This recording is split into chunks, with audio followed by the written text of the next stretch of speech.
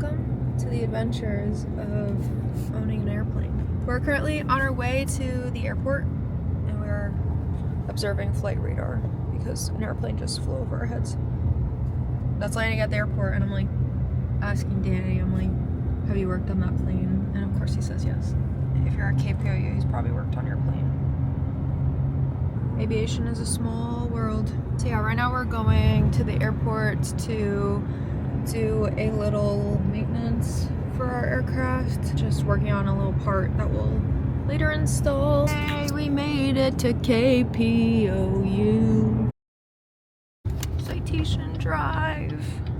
Made it to the airport. All the hangars are back there. Hopefully one day we will have our own hangar there. Currently a 2-year waiting list. Whoa! If anyone was wondering what inside a maintenance shop looks like, this is it. So this is Danny's box.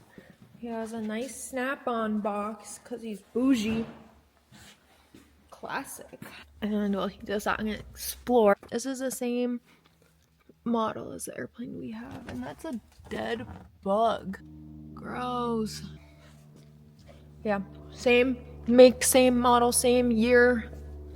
Just their engine is way more new and nice and fancy. And they have stickers on their prop, which we will soon get. This is the starter cable. Ask me how I know. There are the magnetos. We have the older kind.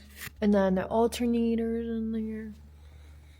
Oil. Oh, so they don't have an oil filter. They have an oil screen. So the oil filter is an STC. So our oil filter is right there, but they don't even have one. The screen is right there. Your magnetos run independently of your electrical system. In case of an electrical failure, your engine will still run because they're engine-driven magnetos. But if you had an engine failure and an electrical failure, land ASAP. Fuel strainer. So this is a vacuum pump.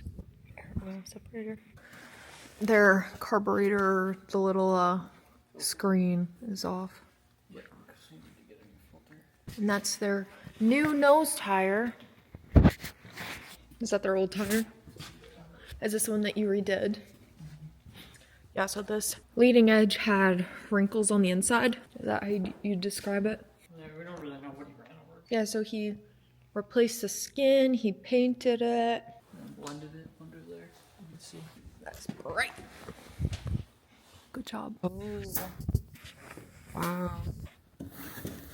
See the big ass thing? Yeah, that's, wait, show the inside. Pretty good with that one. There was a draw that kept killing this battery. The guy went through like 2 or 3 batteries, and then we did a parasitic draw test, and it was the magnetic switch on the door. It was staying on.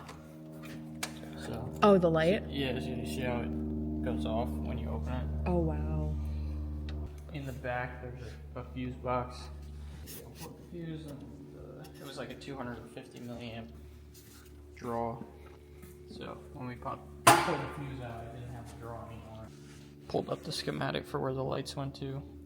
Then they went to the courtesy lights, and then we saw that there was a magnetic switch in the schematic. So we wanted to see if the baggage light was staying on, and that's what it was. So Danny just informed me of the service bulletin that he did on the Saratoga. That's an inspection on the spar of the main landing gear, and there's a truss bracket that attaches the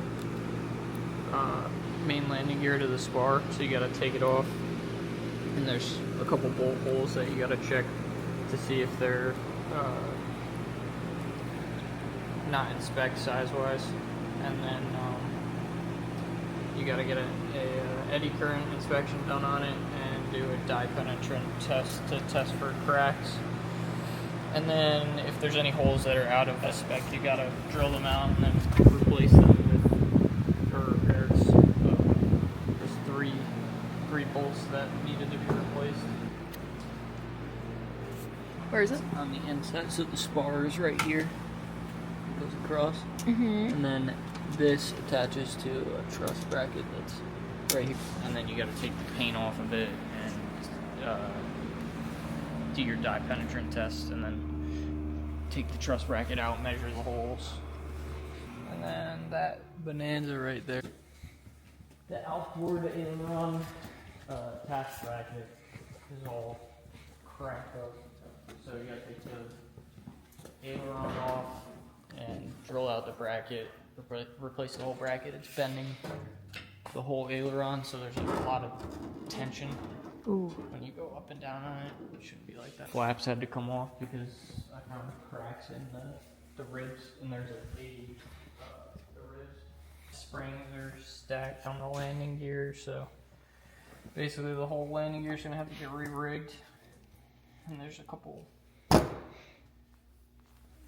at least a couple other things that are pretty big stuff that needs to be replaced. I love this little like 150 thing. It's so cute. So it's just like a sticker. Yeah, like this doesn't have this install kit on it, so you can actually do your spin training in it. We can't do spin. We don't understand the GA hate. Yeah, it is. What is the GA hate for? Look at all this. This is just as in depth as what I do. If anything, it's more in depth. This is the. Oh, it's right in front of I don't us. know. This is for the spinner. The 150. You see where it cracked? Because So it was sitting on there, and there was no tape on here. Oh.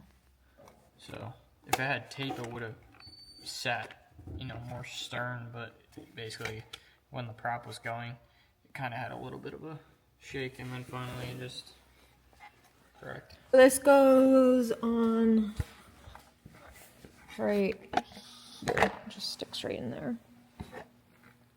Forward spinner bulkhead.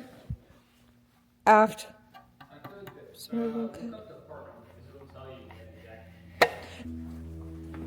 I'm pretty occupied right now. I'm trying to find He's trying to lock in, but I'm distracting him.